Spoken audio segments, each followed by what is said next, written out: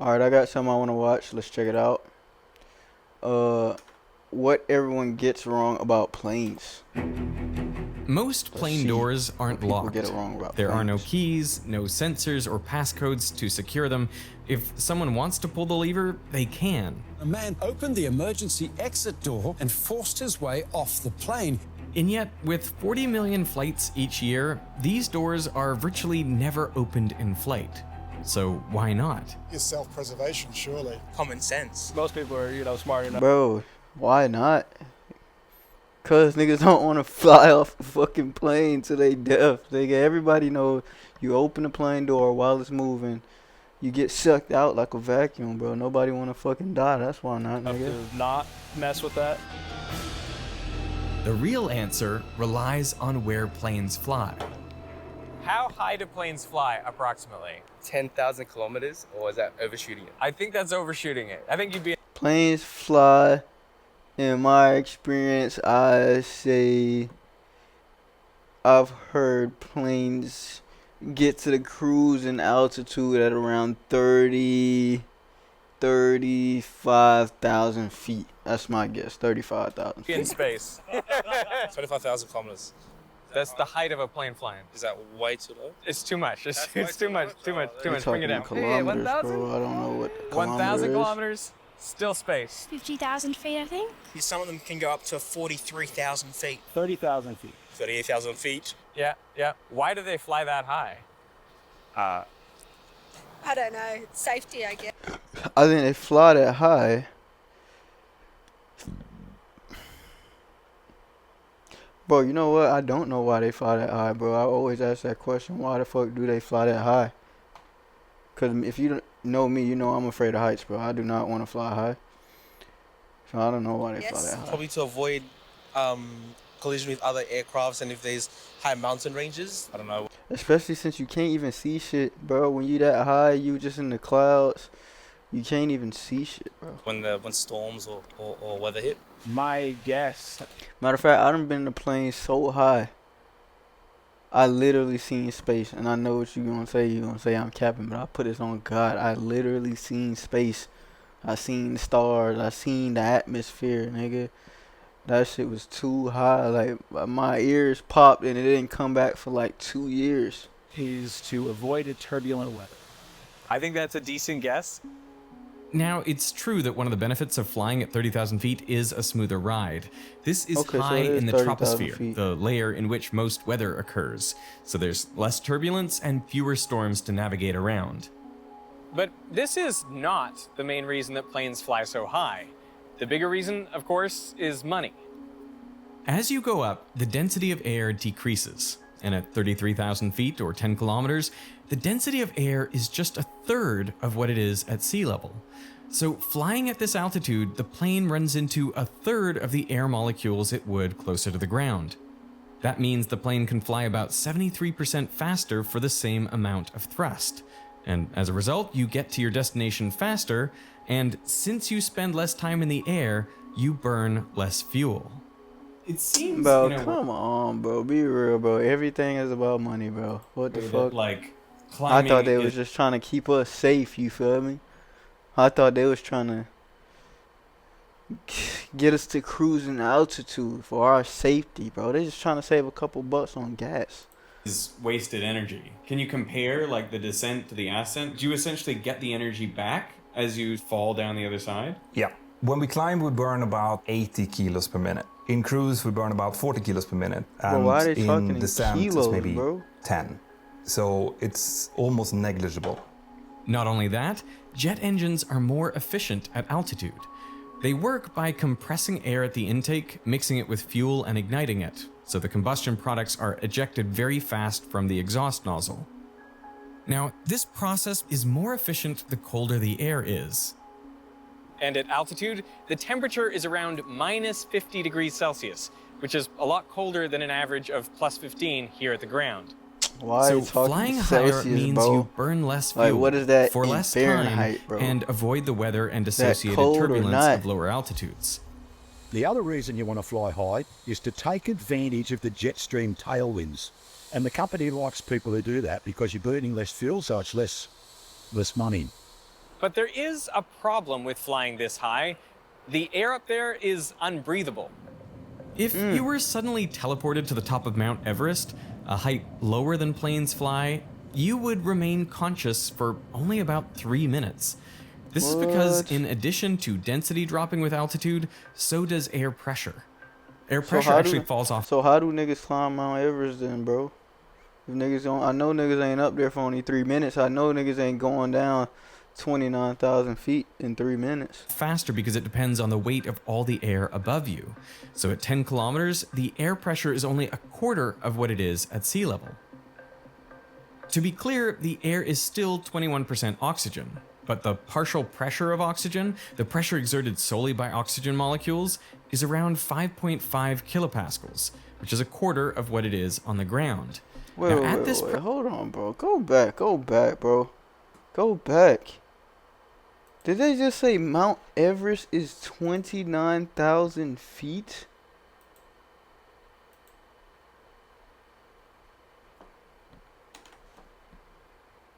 Bro, niggas climb that, bro?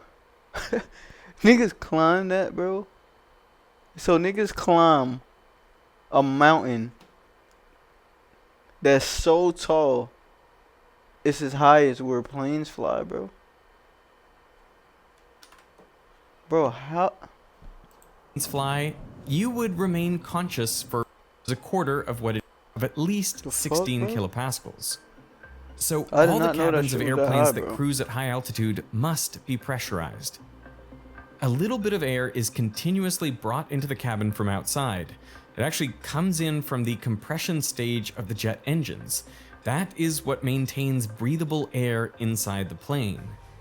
The downside is that you are taking away a little bit of the efficiency. Oh, see, that makes sense. That's why they dropped the mask. So when you in the plane, and you know, and shit goes, shit goes to shit, mask fall down, so you can still breathe. Of the engines. Now, pressurizing the cabin required a radical redesign of aircraft. Before pressurization, planes would fly up to 10,000 feet, or around 3 kilometers. Bro, if planes was like, hold on, bro, I know I'm pausing the video a lot, but listen, bro, planes like that, bro, back in the day, if niggas was flying on that, bro, I wouldn't step foot on that shit box, bro, that paper plane, bro. Where the partial that pressure... shit look sweet as fuck, bro. That shit look like it go down easy. I'm not getting on that plane, bro. Fuck that, bro. Of oxygen is 15 kilopascals, just at the limit of what people can handle. Got on that, niggas was on these desperate, planes, bro. Y'all doors was opened desperate outward, to travel. and there wasn't much concern about the seal bro. around them, since the pressure was the same on both sides. But once planes were pressurized, all the doors were changed to be the shape of a plug. They're wider on the inside than the outside. That way, the higher pressure inside the cabin pushes the door into its frame, creating an airtight seal. How airtight is a cabin? It's pretty airtight, but not completely airtight. So you'll notice, for example, every time that someone flushes the toilet, you'll see some of the air pressure go down. So every time that happens, you can actually see the cabin altitude jump a little bit. And boy, hold on. Why the fuck bro looking like that, bro? Fuck, nigga, he's giving you a real fact right now, and you over here goofing around, bro. So every time that happens, you can actually see. Like, fuck, nigga. The cabin focus altitude up, bro. jump Dial it in. And this is why plane doors and emergency exit doors don't need locks. The difference in pressure between the pressurized cabin and the low pressure exterior is so great that no one is strong enough to pull the door inwards. And if someone had come up and turned that while you're mid-flight? Nothing. Even modern plane doors that open outward are shaped like plugs. They're just cleverly designed. The main passenger door on a Boeing 737 is both wider and taller than the frame it needs to pass through. But when you pull the lever, gates at the top and bottom fold in, reducing the height just enough. However, the sides are still... Wait, now I may be lost, but what's the point of the door then if niggas can't open that bitch? Too wide. So the door first has to pop inside and rotate. It's that movement inwards that is impossible at altitude. It would require a force equivalent to lifting 9,000 kilograms. And So airplane how are we cabins supposed aren't to even get fully out? pressurized to the sea level pressure of 101.3 kilopascals. You may have noticed this if you take a bag of chips on a plane. It's easy to squish on the ground, but as the plane climbs, the pressure in the cabin drops and the chip bag seems to inflate like a balloon. I measured the pressure in my plane, I've and at never cruising seen that altitude, the before, pressure bro. dropped to 77 kilopascals, meaning the partial pressure of oxygen was only 16 kilopascals, the minimum required for people on the plane to feel normal. This has some unintended consequences. Do you think you fart more in a plane? If I did, I'd blame someone else. I feel like no. It's no. No, I can't let it rip. No way in the world. Do you think you fart more in a plane than on the ground? No, I don't think so, bro. I don't think I've ever farted on a plane, bro, and it's not cap on God. I just don't No recall. hesitation. Sure, I mean, it's got to do with the cabin pressure, right? So as you go up, that cavity in here now expands and the air wants to go somewhere. And the quickest place it can go is south. Bag of chips just popped by itself. Now, the International Space Station is pressurized to sea level pressure, 101.3 kilopascals. So why are planes pressurized to the minimum extent possible to carry human passengers? Well, it's actually for a very good reason. In 1988, Aloha Airlines 243 was en route from Hilo to Honolulu, Hawaii. The cabin was being pressurized as we've described, but unfortunately, this plane's fuselage had a small crack. And all of a sudden, at 24,000 feet, the crack widened and the whole roof tore off the front of the plane. No. Miraculously, the pilots were able to land safely and only one person was killed. Only one person was killed, bro. That's still somebody, bro. That's somebody's daughter or somebody's son, bro. Somebody's dad or somebody's mom, bro. One person is a lot of people, bro. Fuck, bro. The difference between the Suing International that Space company, Station bro. and a plane is that the ISS was pressurized once and it stays pressurized. But a plane experiences a pressure difference every time it climbs to cruising altitude. So the fuselage is stretched and then relaxed with every flight. Stretched and relaxed, stretched and relaxed. The Aloha Airlines plane had the second highest 737 flight cycle count in the world, with nearly 90,000 in total. That's way more than it was designed for. This led to fatigue, cracking, corrosion, and the eventual explosive. Damn, bro. Niggas overflying the planes. Niggas overflying the planes. Now I gotta check my plane. Before I get on a plane, I gotta check now. And I asked the nigga, man, how many flights y'all took on this bitch? I don't need my shit ripping in the shambles mid-flight, bro. What the hell is that? Come on. Decompression. How do we, the consumer, find out how much flights our plane has took? We need to know this stuff if this is the case. Planes are pressurized to the least extent possible to minimize stresses and extend the life of the plane. But even 75% of atmospheric pressure should be plenty to prevent the doors from opening. So how did this happen in May 2023? A passenger panicked and actually managed to open an Airbus emergency exit in flight. They were on final approach then, they were quite close to the ground, so the pressure differential was very little. And because of him using all of his force, he actually managed to get the door open, which was crazy, and we didn't think that that was possible. But if you want something bad enough, I guess it is. Wow. Was he okay? He was okay. Everyone was okay in that case. That was a pretty serious mishap. So I guess the next Yo, logical question is, niggas have any touching other the door while I'm passengers on a plane. inadvertently... Bro, hold on. Niggas, hold on, bro. Niggas touching the door while I'm on a plane, bro? caused a mishap by, say, forgetting to put their phone on airplane mode. When you're sitting there on the tarmac and they come on and tell you to put your phone on airplane mode, do you do it? And why do they... Oh no, I gotta listen up to this because I need to know for real, like, is that a thing or not, bro? Because you know what they say, you don't have your phone on airplane mode or you're using your phone while you're in flight, it's gonna fuck up with the signal and everybody go plummeting. So let's see if this is a fact or not, bro, because I always put my shit on airplane. I turn my shit off, matter of fact. Get us to do that. What is the reason? Is there a reason? Obviously, they wouldn't ask you to do it if it wasn't for some benefit. I'm unfortunately a bit of a rebel and I don't follow the rules. And yeah. But you're not worried about taking the plane down? I'd make sure my parents have the airplane mode on so I can have it off. I mean, yes, I do, because I don't want it interfering with, like, the radio or whatever. Well, I think it's the communication interference. I feel like I've always been told, like, it messes up, like, instruments, but honestly, they're always just told to do it, so, you know, just gotta put your phone in airplane mode. In 1961, the Federal Aviation Bro, I just know it's some stubborn niggas on my flight not doing that though, bro. Put your shit on airplane mode. If you listening to this right now, you about to take a flight, you gonna take a flight. Put your shit on airplane mode. Why not, bro? They got movies. You could bring an iPad. You could download your movies. You don't need to text, FaceTime, call, Instagram. Buy the Wi-Fi package. Administration, or FAA, found that About to die some over the portable Wi-Fi? FM Come on, radios bro. could interfere with plane navigation systems since they used neighboring radio bands.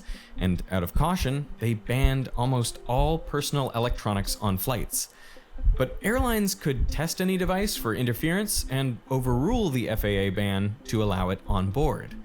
Any device that is, except a phone. Because another organization has jurisdiction over phones, and that's the Federal Communications Commission, or FCC. See, a phone on the ground with buildings and hills around it can usually only see 1 or 2 cell towers at the same time. But from the air, it could see 10 or 20 or more. The concern was that 200 phones... Close the door.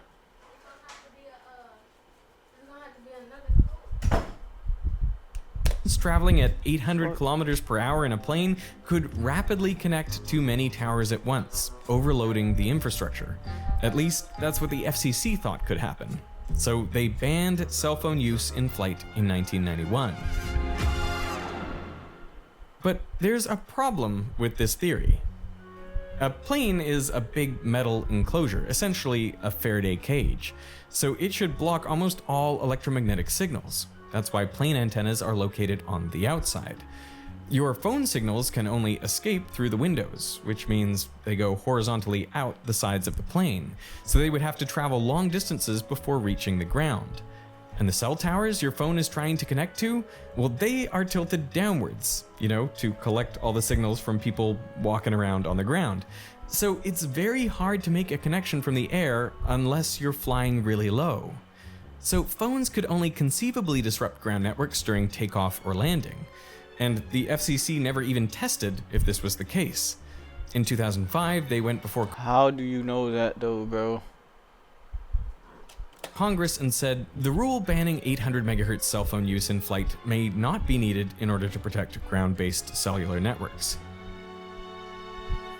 As far as we know, a mobile phone has never caused an air accident. All airplane mode does for sure is save your battery life. So why are these rules still around? I've been flying myself, and where I've gotten interference, when you're talking to air traffic control and you get that beep, beep, beep, beep, beep, beep, beep, that signal.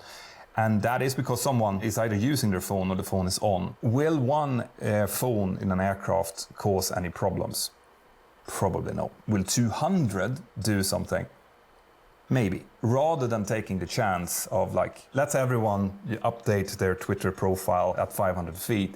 Rather than saying that, we're saying no, just keep them off, enjoy the Wi-Fi up at altitude and that's it.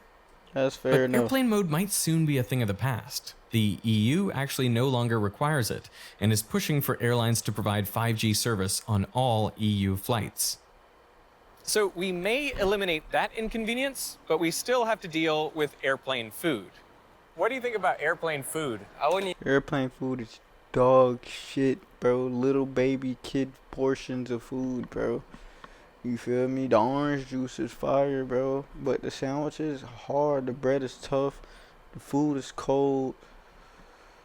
It's just not pleasant, bro. You better off when you go to the gate, before you get on the plane, get you some Subway, get you, whatever they got in there, get you some of that, bro. I know it's going to cost a lot of money. I know it's pricey, but, bro, it depends. If your flight is long, bro, if you're on a 6-hour flight, bro, Don't eat that shit, bro. You might as well spend the 20, 30 bucks on that one meal.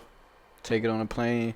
That way you can get the proper nutrients, bro, and enjoy yourself on the plane, bro. And I eat that dog food they try to serve you. You eat the bread rolls. That's the only thing I can handle. Apart from that, everything tastes like mush. It can either be very good or it can be very terrible. Blandish, different consistency. Do you No think the flavor, food tastes bro. as good in a plane as it would on the ground? No. Niggas only eat that shit because they desperate, bro. They hungry as hell. Look at that little ass. Look at this little ass bowl of food, bro. What am I, 4 years old, bro? Come on, bro. My But little bad brother eat tasting more than food that, bro. might not be all the airline's fault. See, the air that's pumped into the cabin at altitude is really dry. I mean, the Sahara Desert, for reference, has an average relative humidity of 25%. But inside an airplane cabin, it can be as low as 5%. This can dry out your nasal passages, hindering your sense of smell and therefore taste. The lower cabin pressure can also decrease sensations like the intensity of salt and sugar. But there is Yeah, one right, nigga. Yeah, right, nigga. That shit is ass, nigga. flavor that appears to be shit is enhanced just in ass. flight. What do you drink in an airplane? What's your drink of choice? Apple juice. Apple juice. Apple juice, that's solid. Interesting. I prefer orange That's juice. default. Orange or apple juice? Orange, solid. Gin and tonic. Maybe a Bloody Mary if You're Bloody the first Mary on one a plane is today. crazy. Really? Yeah. A German survey of 1,000 flyers found that more than a quarter of them ordered tomato juice in flight. And what's Who the fuck really drinking weird is tomato that juice? 23% of those people would never drink it on the ground. And would you drink Bloody Mary? Would that be like a standard drink at the bar, or is it a special plane drink? I only have it on planes. So why is everyone ordering tomato juice? Well, it could be because of the noise. A 2015 study points to the chorda tympani, a nerve that carries taste information from the tongue to the brainstem. It runs right past the eardrum, between the tiny sound-conducting bones. So loud cabin noise might unintentionally stimulate it. This could produce an audio illusion No way that that's the boosts reason our sense niggas of drinking umami, tomato juice, the bro. savory taste No you way. find in MSG, soy sauce, and, well, tomatoes. I always drink tomato juice, and I never knew why. It just felt like my plain drink, or like spicy tomato juice. Yeah. Like both of those are favorites of mine. Yeah. So next time you're on a flight, go for something extra sweet or salty, or maybe try the tomato juice. I'm cool, bro. The orange with juice how much cutting people it, fly, man. our The orange perspective of juice flying does the is still job, pretty bro. distorted. So Now let's see how safe is air Lots travel, about bro. accidents and incidents. Let's get down to what we really want to know. I feel like with how much people fly, our perspective of flying is still pretty distorted. So why is that? Yeah. I know that we talk a lot about accidents and incidents and we dig into them really, really deep. And people might ask, why would you be doing this? Doesn't that just make people even more afraid of flying? But the fact is that this is one of the prime reasons why aviation is as safe as it is. The fact that we have hundreds of professionals that dig deep into these accidents means that we learn from them. So every flight becomes a little bit safer. That's actually a big reason that I started my channel, Mentor Pilot, in the first place. Because I promise you, the more Boy, you plugging know, the his safer channel, you'll bro. feel. Come on. We're here for real information. Do you think that climate change increases turbulence? Depends on what people think. Yeah. Like their opinions. There's been a bit of that in the news recently, hasn't there? Today, the media tends to prioritize sensationalized headlines over key details. Part of why airplane mode is still such a big deal today is because of the media frenzy it started in the 1960s. So it's more important than ever to look at all sides of the story. This is why we specifically asked Ground News to sponsor this video. All right, Recent man. stories Shout out about to the sponsor, man. It's a good video. Shout out to Veritasium on a video. What we know about planes is that their food is shitty, and your phone, you don't gotta keep it on airplane mode. Yeah, we out.